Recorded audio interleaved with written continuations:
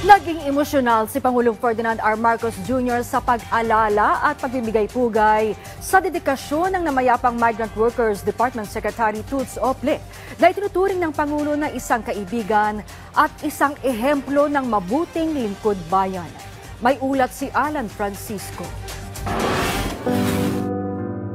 Watawat ng Pilipinas ang unang sumalubong sa mga labi ng yumaong si Department of Migrant Workers Secretary Maria Susana Toots Ople sa gate ng Malacanang para sa kanyang necrological service. Isang pagpupugay sa kanyang ilang dekadang serbisyo sa bayan. Si Pangulong Ferdinand R. Marcos Jr.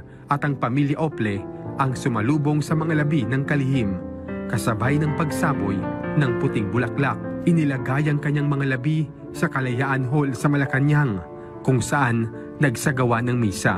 Dinaluhan ito ng kanyang mga kasama sa gabinete, kabilang si Secretary of Education at Vice President Sara Duterte.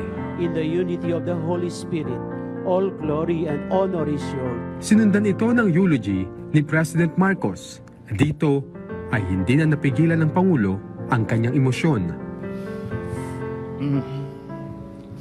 We are told when you are an official that you cannot show emotion, that you must be stoic and you must keep yourself to yourself. Ngunit sana maunawaan ninyo, kung tumulo ang luha ko dahil napakalaking nawala sa atin, napakawalaki ang nawala sa akin, sa inyong lahat at sa bansang Pilipinas. And if I do shed a tear, it is because it is such a sad day. Ayon kay President Marcos, hindi lang kaibigan ang nawala, kundi isang lingkod bayan. Hanggang sa hulian niya ay nagtrabaho ang kalihim. Alam natin na si Toots nagkasakit din at siyempre maaaring mangyari na siya'y pauwiin na ng ating Amang Diyos. Ngunit pinagdadasal natin na sana naman magkamilagro. Sana naman may mangyari dahil kung magmimilagro, if anyone deserved the miracle, it was Toots for all the good that she did. At kaya nung narinig ko yung balita na wala na si Toots, ako, hindi tayo na pagbigyan. Walang milagro. Ngunit sa sumunod na ilang araw, naisip ko, hindi, mali ako. Nagkamilagro talaga. Ang milagro si Toots. Ang milagro, nabuhay siya at naging kaibigan natin at nagawa niya yung kanyang yung pinakamahalaga na maaari niyang gawin para sa sarili niya, para sa kanyang kapwa. Inalala rin ng Pangulo ang kanilang pagkakaibigan. Malaking respeto kay Toots sa kanyang pagka-professional, sa kanyang kasipagan, at talaga ang punot dulo ng lahat, ang kanyang pagmamahal talaga sa kapwa Pilipino. At yun that was on the professional side. But it so happened also that on the personal side, magkasundo talaga kami. At nagkakaintindihan kami. Nung bandang huli nga, hindi na namin kailangan pagdiskusyonan pa yung aming gagawin o nais gawin. Kaunting salita lang, nagkakaintindihan na kami. Dahil sa pareho talaga ang aming pag-iisip. At matagal namin pinag-uusapan kung paano ba pagandahin ang sitwasyon ng ating OFW. Paano ba makatulong pa. Nagpasalamat naman ng anak ng kalihim kay Pangulong Marcos. Thank you from the bottom of our hearts because you allowed my mom to live her mission by trusting her with a position despite her illness.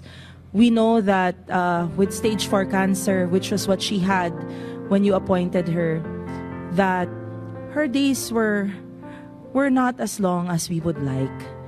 And what she really wanted was to have more opportunity to serve and to make an impact and to follow the footsteps of my grandfather, the late Blas F. Ople. So, it is with gratitude that I thank you that you saw beyond her illness and you saw through her heart that she really wanted to help your administration be the best that it could be. She told us po na she wanted to serve you at least until December. She said that if she is given the time by the Lord, she feels that it would be enough to set the groundwork for the Department of Migrant Workers so that whoever will succeed her will not have a hard time, and that it is an institution that will also last like the institution that my grandfather built as well. Ang mga labi ng kalihim ay binuksan sa public viewing kaninang hapon sa Kalayaan Hall. Actually, siya yung tawagan namin siya yung tawagan namin kapag may problema tayo sa mga OFW natin sa mga taga Bulacan.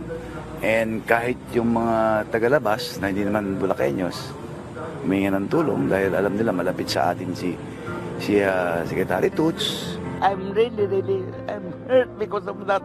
When I heard, nakita ko sa TV na iniwan na tayo ni Ma'am Susan Ople, the best so far. As I size up her characteristic, napakabait po niya, makatao. Mula sa Malacanang, dinala ang mga labi ni Secretary Toots Ople sa DMW building bago ito i-cremate bukas. Alan Francisco para sa Bayan.